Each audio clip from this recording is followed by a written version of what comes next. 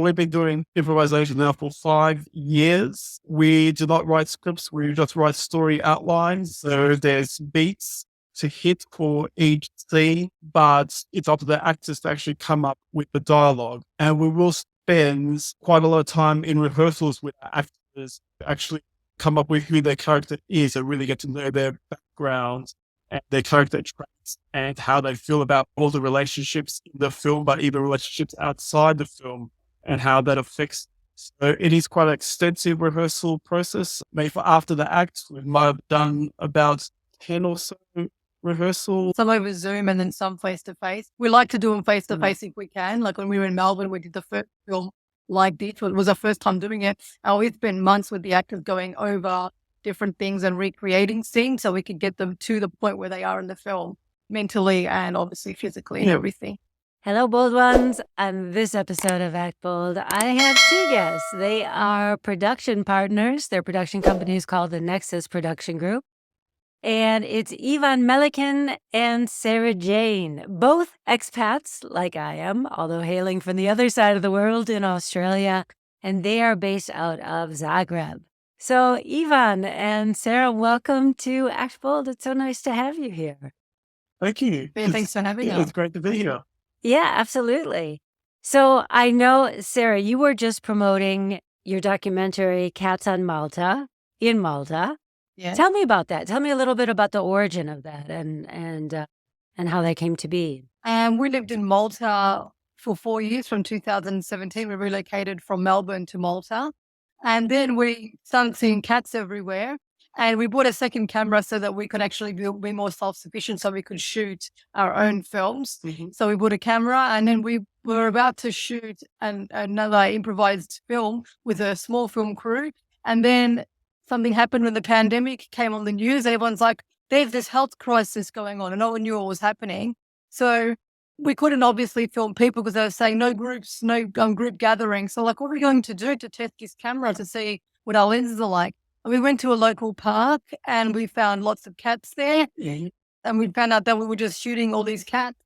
And then from there, I just started hearing more stories about people not being able to feed because of the pandemic and stories about people who had statues. And I just kept rolling from there and I just started talking to them with the camera and then we had a film. Wow, wild. Yeah. I guess Malta's like Italy. I remember when I lived in Rome, there were just so many stray cats. There's a beautiful sanctuary in Rome that we visited. It's so beautiful. I fell in love with a cat there. For cats? Or what? Yeah, a big sanctuary for cats. It's actually I didn't realize that. Okay. It's in one of the old Roman kind of, it's like one of those centers where it's like a big square and underneath there's a cat sanctuary in there. But Malta's a family, like 100,000 stray cats. Yeah, the on time the of filming. islands. That's we filmed it. Massive population. Yeah. They need to, I guess, spay them to sort of control the Yeah, they're doing that population now. of it. They're trying to do that now. Yeah. Yeah. I think that's the most humane thing. And then just let them, I mean, because cats are great at fending for themselves, but for the most part. So, okay. So what made you move to Malta? Why Malta? Sarah actually has Maltese background. Her family is Maltese, even though she was born in Australia. And, we grew up in Australia, been there our whole lives, but we've always felt the call, like we want to go to Europe. We want to try something different. And Malta just made the most sense because she has the dual passport, so it's easy to migrate there and get the paperwork sorted. So, okay, well, let's start Malta. Okay. And now you're in Zagreb. So why Zagreb? Wouldn't necessarily be the next choice. I'm not sure. I mean, I'm sure it's a nice place. I haven't been, to be very honest. All transparency. We did spend 5 months in going around Portugal during lockdown because I finished in Malta and we didn't want to stay in Malta because we're finding it too expensive. Because we're filmmakers, we live on making films and we found the rent was too high for what we were making. So then we were like, okay, so let's find somewhere else. We were in Portugal for a while. That was also expensive. And we spent the end of summer in Trujillo and Zagreb, Venetia for a month and then a couple of weeks in Zadar on the coast of Croatia. And we're like, this is quite nice. This is a nice coast. And then we found, I'm always looking at properties because I'm obsessed with houses and property. And I was looking at a site online and I found on Facebook a guy had an apartment in Zagreb.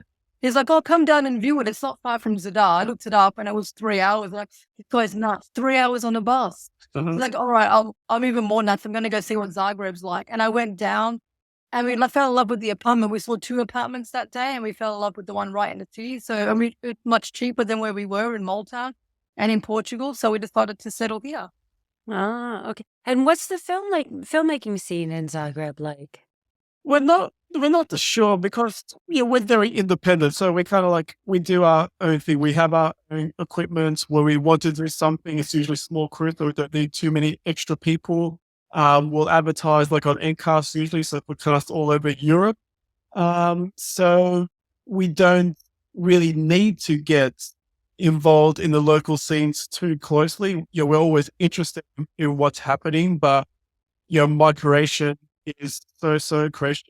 Sarah doesn't speak any Croatian at all, so it's hard to kind of integrate with the local scene because you'll tend to get like Croatian, like Yeah, we know Croatian people who actually work in their industry, but we don't know how to get in the industry because we're English speaking and we haven't got that sort of like background. So for us, it's just like we'll just keep rolling around and doing our own kind of work here. Have you thought about like going to, do they have a film university? In Germany, there are several of them, but a university that majors in We film and haven't, media or anything like that? No, we Might be haven't. interesting to go check it out because I bet the younger people speak English.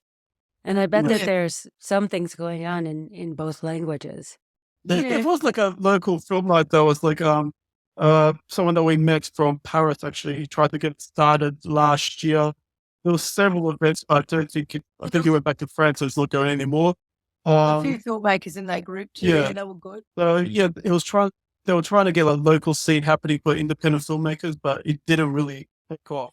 I know that I know a few people who work in the bars here, like they run the cafes and they actually do extra work here. I'm not sure how they get in, but I don't know if they speak Croatian, but they come from other languages, like they speak Spanish and things like that. So I don't know how they do it. So maybe I should try that as well because I did a bit of that in Melbourne as well. Yeah, it might be interesting just to know. I mean, maybe it would lead you to some other contacts. It's always good for collaboration. No? Yeah, I do want to do more research into this. We're just so busy at the moment, just putting our head down and looking. We did find it was actually easier in Malta because like it's actually English speaking countries, like English is official language there along with Maltese and a lot of international people. So like kind of everyone just knows everybody because it's small islands and you quickly get to know the local film scene there. It was actually easier in Malta for us than it has been in Croatia so far, but we're still pretty Croatia. Yeah, Do you know James Sutton? James Sutton. We did. That's we cast Yeah, him. yeah. Yes. He was in our Based film. on Malta, right? Yeah. Yeah. Yeah. He's a really Yeah. guy. So the reason the main reason that I have you on is because you've just recently completed an improvised film. And I'm fascinated with that from beginning to end. So in brief, tell me what the premise of that film was, but then I'd really love to hear about your process, especially the process of filming, like how much rehearsal you had, how much prep, what kind of prep you did, what your budget was, if you're comfortable with talking about that, and how long it took to film a feature film using this method. But firstly, the premise is a young couple deal with the fallout from infidelity over a course of a single day and night.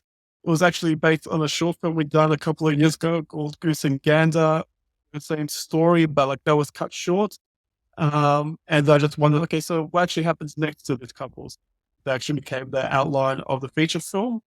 And in terms of our process, so we've been doing improvisation now for 5 years. We do not write scripts. We just write story outlines. So there's beats to hit for each scene, but it's up to the actors to actually come up with the dialogue. And we will spend quite a lot of time in rehearsals with our actors to actually, come up with who their character is and really get to know their background and their character traits and how they feel about all the relationships in the film, but even relationships outside the film and how that affects. So it is quite an extensive rehearsal process. Maybe for after the act, we might have done about 10 or so rehearsals. It's some over Skype. Over about a month. Over Zoom, sorry. Some over Zoom and then some face-to-face. We like to do them face-to-face if we can. Like when we were in Melbourne, we did the first film like this. It was our first time doing it. And we spent months with the actors going over different things and recreating scenes so we could get them to the point where they are in the film, and mentally and obviously physically and everything. So like we'll recreate like your scenarios from their background. Because there's no dialogue, so there's nothing to learn in terms of like your lines. But we'll recreate the path. Like, how do these two characters actually meet? Okay, if this happened at certain points in their past, in their relationship, like let's actually act that out. And that gives the actors actually bases to draw upon. It's actually real. We've actually performed this, so they know exactly what happened, both on the same page. So when it comes time to actually filming it, they can draw upon this shared history. And they also know how they feel about the situation. When she said this to me last month when we had dinner, I'm upset about that. So next time I'm going to see her in this scene, how am I going to feel towards her in this scene? We did that too. We had a scene where two characters were fighting. We shot for 40 minutes, this rehearsal. It was a birthday dinner. And then one of the actors actually got angry at one of the characters actually got angry at the other character, and she left the scene crying. And then we put that was the first scene they had together in the movie, was the first scene you actually see. So they hadn't seen each other since that lunch scene. And then you see them on set together, and that was just really awkward. And it was really interesting to watch for us as directors. And I think it's helpful for the actors as well. And after the act, we did in 5 days, right? 4 days. 4 days. 4 4 days. days. Amazing. How many hours a day were you filming? The biggest there was 12 hours, but mostly would be around 10 to 12 hours. So it's nothing crazy. And even the filming approach, it's not as unconventional as it may seem. We will use 2 cameras to cover, where we have the actual space to do it, to cover like your dialogue scenes, just because it's easier. It makes cutting easier because improvisation continuity is such a challenge, especially when it comes to the edits, because every take's going to be a little bit different. But having more coverage with 2 cameras, it makes it easier to edit, but also it makes the process also quicker. That's why they film 15 hours a day, anything crazy like that. Yeah. I mean, I love improv, but I find that some actors, how can I say this? They're not very good at editing. They say too much. Yep. So how do you deal with that? Because I'm sure you had some that were good at it, like just took to it like a duck to water, and other people that just, they were saying too much and revealing too much. They were too on the nose. This is the problem that I find. It's like they'll say exactly, they'll tell you the subtext, and it's like, no, don't tell me the subtext. With the first take or 2, we'll let the actors do their own thing. And, it does tend to be too long. It does tend to be too much information. So they try and get everything out. Yeah. Right. Yeah. Yeah, so that's part of our job as directors. Yeah. We'll do on-the-spot editing. Okay, we like this part. Let's talk about that again. But this is too much. So let's cut that back. Let's make it tighter. Let's make it sharper. It's almost like you're editing on the fly, one take, and then you adjust. So I don't think it's that different to your conventional filmmaking. When you ask for a different type of performance when they're delivering lines, for us, we'll ask for a different type of performance, but also a different type of dialogue at the same time. Mm-hmm. Well, without I guess there's just more, in a sense, more prep up front. Yeah. And it's a lot of trust. But also, I would think you have what's that? Go ahead, There's a lot sir. of trust in the actors. Yeah. They're actually going to be able to deliver as well on the day. Yeah. So, let's talk about that. How did you cast, and how did you know that they were going to be able to deliver? Mm-hmm. We tend to use a site called Ncast to cast European actors, so Europe-wide. And our process, we will do an audition with them where we'll just go over their background. We'll ask them about improvisation, how they feel, if they've done it before. But then we'll also go into the character and we'll ask them actually questions about certain aspects of the character just to hear their thoughts. And we always say there's no right or wrong answers, but it's kind of a way to see how much they prepared and do their thoughts really align with ours, or maybe their thoughts kind of spark new ideas for us. And then we'll also have them perform a monologue related to the actual themes of the film. For after the act was about love or betrayals. And then we'll kind of just review everything and, which actor really kind of stood out for us. And this was actually a really tough one for us to cast. And we had to do a callback with a couple of the actors with the main lead. His name was Jacob. We already cast him beforehand. Because he actually auditioned for us with a film last year. He didn't get that role, but I really loved his performance. I want to work with this guy. We actually cast him on the spot for after the act as the lead.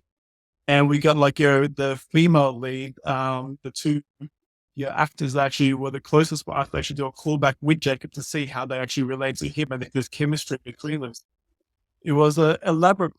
It was the first time doing that for us because usually we cast people that we know. When we were in Australia, the first time we did it, we were experimenting with improv. We wanted to do something different, and we shot the film over 24 hours, so 4 p.m. till like 7 a.m. the next day over New Year. And we had people that we knew, so actors that we'd worked with before. But since we've moved to Europe, it's a bit harder to do that because we don't know that many actors here, and we will have to bring someone in from another place. So we'd have to do it differently for after the act. Yeah. How long have you been in Europe altogether? This 2016, is it? Or? 17. Oh, okay. So it's been a while. But then there was a 3-year pandemic. Yeah, we've been in Croatia, in Zagreb, nearly 2 years. Yeah. But we travel so often that it still feels like we're getting to know this place because we're out of Croatia. Last year we were Australia for 5 months. It's 2 years in Croatia, but come and go. Yeah. And were you doing the auditions via Zoom or were you doing them for the most part via Zoom? Interesting. And then what made you choose Berlin? Jacob, the lead actor that we already cast, was in there. We made a film in Berlin previously called Incorporate, so we already had connections for crew there. Yeah. And the type of story about love and betrayal and what the lead female actor does, to kind of suit the Berlin vibes. It made sense actually. So what are your backgrounds? Are either one of you actors, or how did you get into filmmaking? Well, I'm the worst actor. Well, I think I'm better at improv, actually. I've done some improv, but not actually anything that actually made it out there. But I was a production designer in Melbourne, so doing a lot of volunteer work for building sets for TV and short films of people that we knew, doing volunteer stuff, not really getting any paid work in the industry. In 2013, I officially joined Nexus because I had a short script idea that I was writing because I was also a writer before I was a filmmaker since I was younger. And I said to Ivan, can you produce this for me? And it was a short film called Dusk. And he produced that for me. And I kind of became part of Nexus then. And we sort of became a couple around that same time, 2013. Yeah. And then from there, I just moved into directing and writing. I didn't really want to do art department anymore because I like visual stuff, but I like when I write, I actually see the characters come to life in the sets as well. I've had a bit of an issue with it, like a control issue at one point. I was just like, I can't get a production designer to do it because then I have to tell them how to do every step because I want this color, I want this, and I want these props. But I'm learning to move away from that because now I'd rather tell the story through the actors as well. But it's a control thing, but mostly rather than a production designer, set dresser, I still do that sometimes where it's stuck and we need someone to dress it because I did that after the act as well. Yeah. And I never actually wanted to be a filmmaker when I was younger, so I wanted to be a novelist, and that's what I've done at university. I'm professional writing and editing, with the dream to write the great Australian novel. But then I had a friend back in uni who was obsessed with filmmaking, and he would write these scripts, and he'd always get me to help him with them, as an actor, the horrible kind of slasher flicks. I'd be the killer running around like mask. I'd eventually help him kind of co-direct, and just seeing words that I helped write come to life feels so immediate, and I just fell in love with filmmaking. These days, when I think about writing, I always think in terms of a film idea rather than a novel idea. Filmmaking it is, but I'm a video editor. That's what I do on the side. I used to do a lot of corporate video editing back in Australia. I don't like it, but it pays the bills and it pays well. And these days I try to do so much of it, but I still do freelance jobs. Right now I'm editing a feature from Los Angeles, comedy. So I still get those jobs on the side while we build Nexus at the same time and do our own films. I think that's got to be incredibly helpful to be an editor. Yeah. I'd recommend every aspiring director to actually spend some time learning how to edit, because when you're on set, you understand the coverage that you need. You can see, okay, this shot is going to work. This shot isn't. I'm missing something here. So I think it's a really big help. I used to struggle with that a lot. Having him on set, like had the producer and helping me direct as well. I'd be like, do we need another shot here? Like, how is it going to work in the edit? Like, I had to always be aware of it because I wasn't an editor. And helps having the editors on. So I agree with that. Like with after that, even the filming was very lean because we kind of like, we didn't shoot anything extra that we did in lean. Like, I can picture in my head, like, it's going to go for the wide. Now we need a close up here. It's not, we then just shoot wide, mid, close up. We kind of just shot exactly the same, like the shots that we needed because I already knew how I wanted to edit. Yeah. How much do your ideas, because I mean, it's an improvised film, how much do the stories change in the edit, if at all? They do. They definitely do. Like even right now, I'm editing a short film called, I keep drifting away, a short film called Relocating. And, as I'm going over it, like scenes are getting removed because I'm realizing, actually, no, I don't need this here because it came up in the dialogue in a scene earlier. I don't need to show it again. I'm a big believer that films, they're made in the edits. You have so much kind of flexibility of what you can do and what you can, remove or what you can even add with pickups or even ADR, extra dialogue to explain things if you miss them. We had Machination as well. We made a film called Machination in Malta. And the ending of the story actually changed because when we started working with the actor more, getting into the psyche of the character who had OCD and a few other mental health issues, the ending actually changes. I don't think this would happen at the end. And we thought about it and we talked about it. We played around with it. And the ending of the film actually changed before the edit, obviously. Oh, wow. Yeah. There was a film by Fatih Akin. I can't remember, but it did win the Palme d'Or many years ago. I think probably like 2014, something like that. But in any case, I had worked with one of the producers on that. I also write screenplays, and he was working with me on one of my screenplays. In any case, he had said that the entire film changed in the edit. Like it's these three intersecting stories. And I just find that so fascinating because editing is another form of directing, right? You can change everything. You can change the context. You can, and if you change the context, then that's changing everything, right? And also if you change the timeline of things, it changes things. I just find it very, very fascinating. It's a fascinating art form. Like, because we also do documentaries and editing in documentaries, you're pretty much coming up with a story. Yeah, that's always weird. From hours and hours of footage. You're actually creating the story in the edits, like for documentaries. Yeah. That's challenging. That probably helps a lot then. It helps with the improv, because if we think on our feet with the improv, we have to follow the action. So kind of similar with documentaries. Instead of cuts, it's like, just keep going, move the camera this way. Instead of let's cut and let's see what happens next. No, let's just leave the camera and see what happens next. You have to get into that mindset. Yeah. So when you're shooting with two cameras, you have to be really careful not to get the other camera in the shot. How do you make sure not to do that? Well, after the act, we had A camera and B camera. So I was operating the B camera usually. I'll give it to my DOP, like, here's the A camera. This is like the main shot, and I'll just get what I can on the B camera. I'll make sure let's get in this way. If I am in the way, okay, then we'll just go with one camera for this particular take. We do a lot of our shots locked off these days as well. Like with the first film we made, we were actually chasing them around with the cameras, like documentary kind of style, even though it was on narrative. So when I was directing that scene, and there was actually, Ivan was using the camera for that one too. We had two cameras.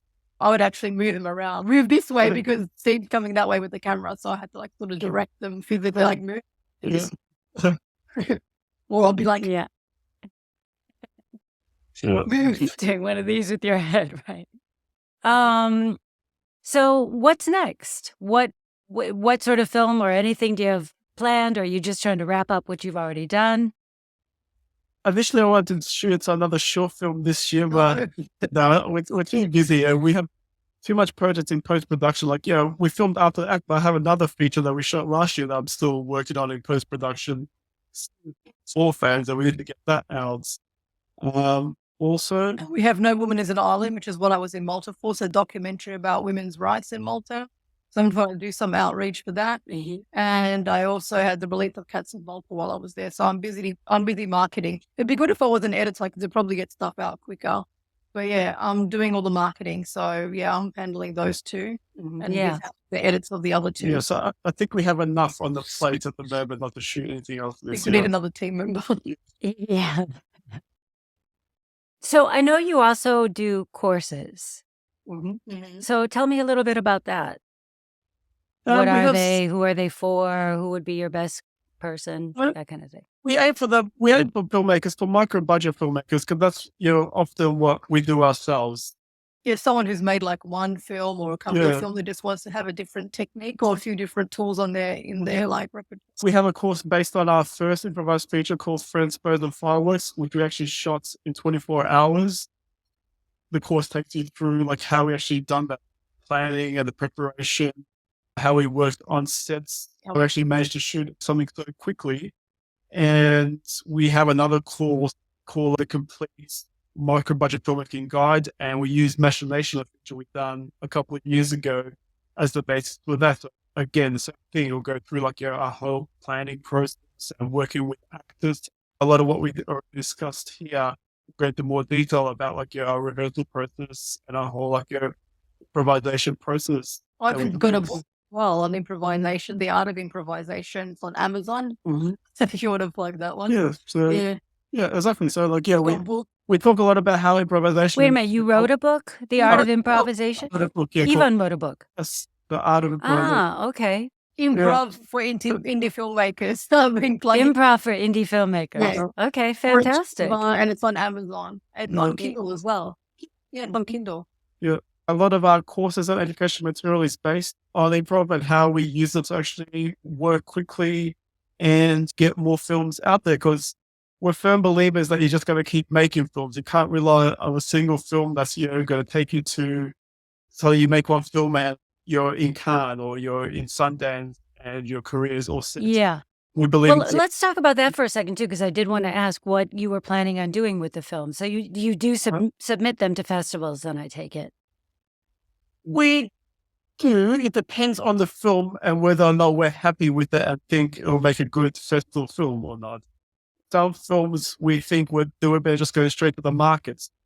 Straight to streaming. Yeah, so we'll either reach out to a distributor or we'll use a platform called Film Hub, which is like an aggregator / like a distributor. Yeah, we have an affiliate link for that. Yeah. Affiliate. And they place the film like Tubi and Amazon and Apple TV and all those. We have like 11 films on there, haven't we? And about 11 films. 11 films. Yeah. But other films, we So you've made 11 films. Yeah, but that's kind of short also. I think there's more like 20 plus where we count everything, but not everything. What do you think are your biggest takeaways? Like, I'm sure you learn something new every time, where you're in the process of learning on it, and then it gets solidified in the filming of another film.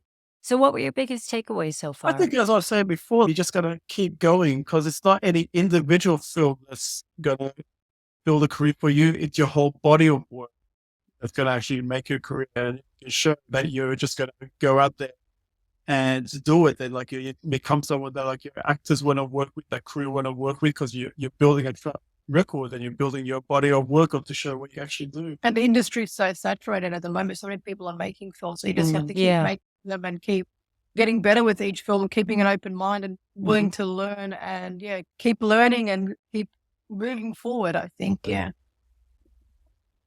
Yeah. It's a tough industry to be in, especially now with all the talk about Netflix. People can pay $5 and they can watch all films for a month, or they can rent your film for $1.99. Well, a lot of it's really hard. Yeah, just driven by ad revenues. Economically, to be a filmmaker, it's like a horrible decision, but so we can't stop. It's an addiction. Can I ask what it costs to, for instance, your last film, After the Act? After the Act cost €12,000 to film.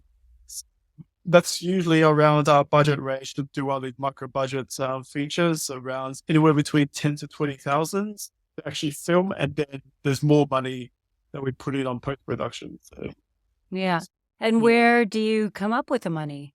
from me working like as an editor, so I put my that own we have. money into it, but also my brother, he comes on board as executive producer for some projects.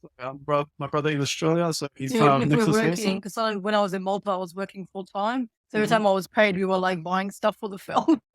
And yeah, that's what we did with Incorporate. Like we funded it Yep. with me working. But also from the money we make from previous films, just goes back into making more films. Trying to make a revenue so we can put this money towards new films.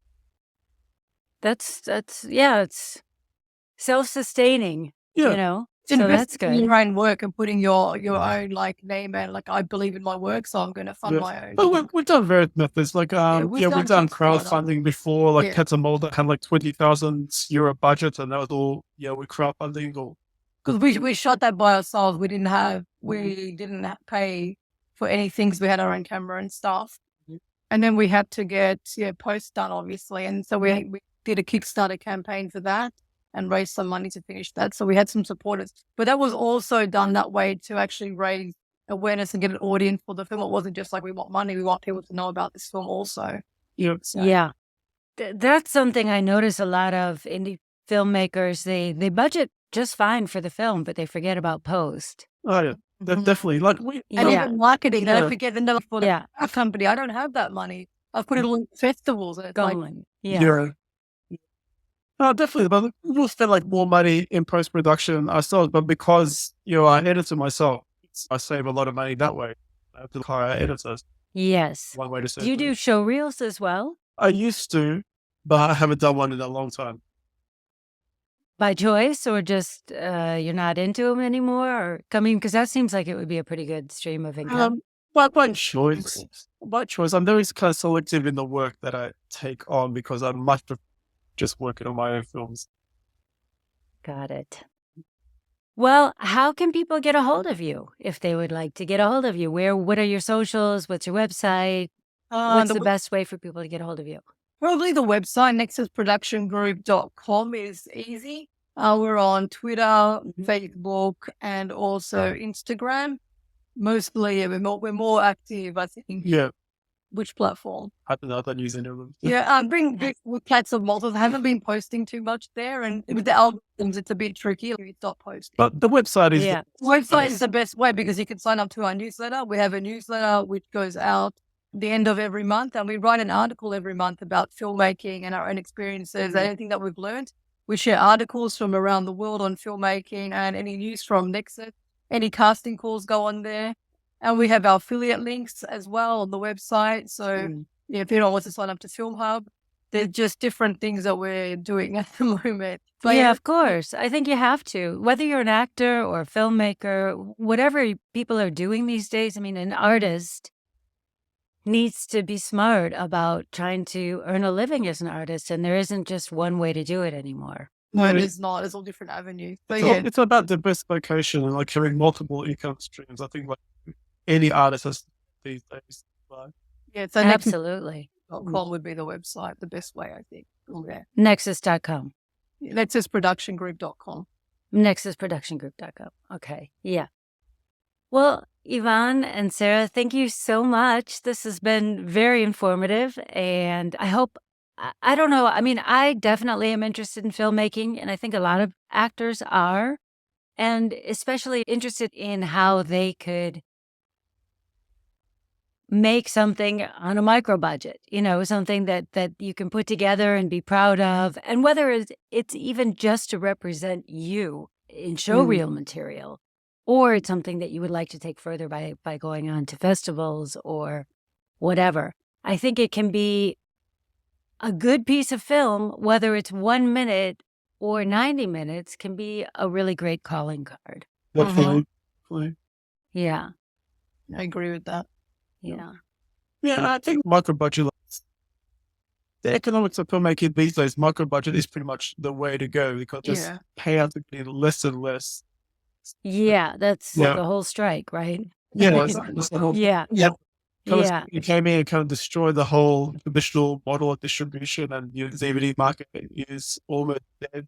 And there's still an idea out there, like in the everyday world, that filmmakers make a lot of money and we're making lots of money. So, we don't have to pay for anything because there's films out there I can watch for free. And it's like, but people make a livelihood out of making films. So I think we need to change the mentality as well. And we're not making lots of money. Just pay $1.99 for our film and stream it, please. Yeah. Absolutely. Hey, are you familiar with Noam Kroll? Show Yes, Don't Tell. He's so fantastic. I love him. Yes, it's an inspiration. Like I love, like we talked about his last film that he did with just a one-man crew, and actually inspired me. I might want to try that one day. That actually sounds like a good challenge. We have a YouTube channel called Micro Budget Madness, which we've just started as well. So people want to see the interview with Noam Kroll. It's there as well. There's 2 parts. And you interviewed Noam or he interviewed you? We interviewed him. We interviewed him, yes. So it's on fantastic. Okay, I love Noam. I really do. Yeah. So I built something where, a micro-budget kind of filmmaking community, and we talk to micro-budget filmmakers that inspire us. And that is one. It was the first one that we interviewed. So we're slowly building the channel. We've just been a bit busy in Berlin filming, and I've been in Malta. We're going to start that up again, start making some more videos. Yeah. So well, I'll put a connection, and you're welcome to put this on there as well if you want, just to take it back. Yeah, absolutely. Well, again, this is the long goodbye. Thank you, Yvonne and Sarah. This has been such a pleasure. It was great. Thank you very much. Thank you so much. All right. Well, I hope you got a lot out of that. You stay your bold and beautiful self. Until next time, bye-bye. Bye-bye.